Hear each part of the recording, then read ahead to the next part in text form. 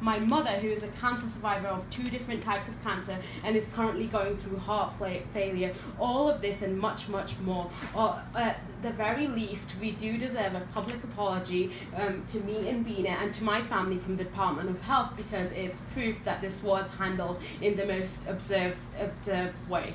And as for the neighbours, this clearly all started because Edward Buckley and Dottie Jones claimed that our chickens were causing these problems. Our neighbours simply believed them, along with the Department of Health, and with the town's input, this did turn into what you would call a modern day witch hunt, to the detriment of my family and my family only.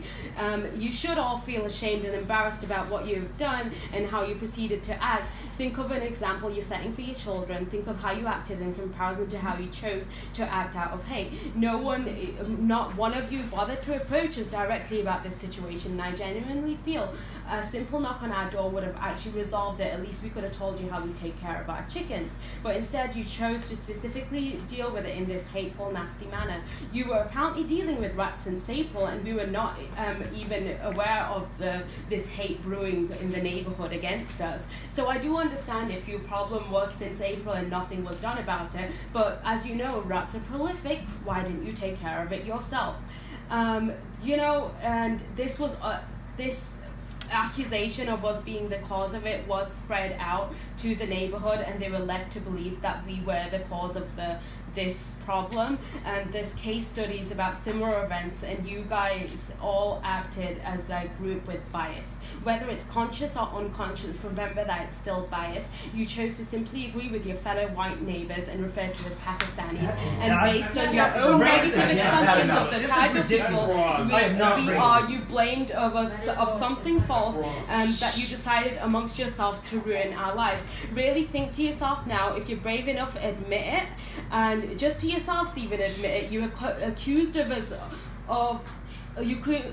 us of all of this without doing an ounce of research yourself, just simply believing what your neighbor told you. We've been living in this neighborhood for approximately 12 years now, and there's a reason why you're already friendlier and more accepting of the white people that recently just moved into the neighborhood. It's for one reason, one reason only, and I'm pretty sure I don't need to spell it out. I just hope you change the way you're mistreating people over something that they have no control over. So specifically, I hope you realize racism is a weapon of mass destruction, so don't just destroy Chelmsford with this mindless hate. And I really hope you realize now that we are part of America too.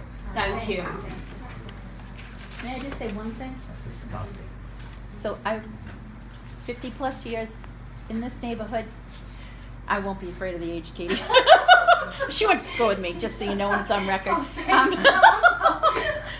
We have families of same-sex families with children, multiple, and we also have a black family in our neighborhood, and we have no problem with any of them. We don't have a problem.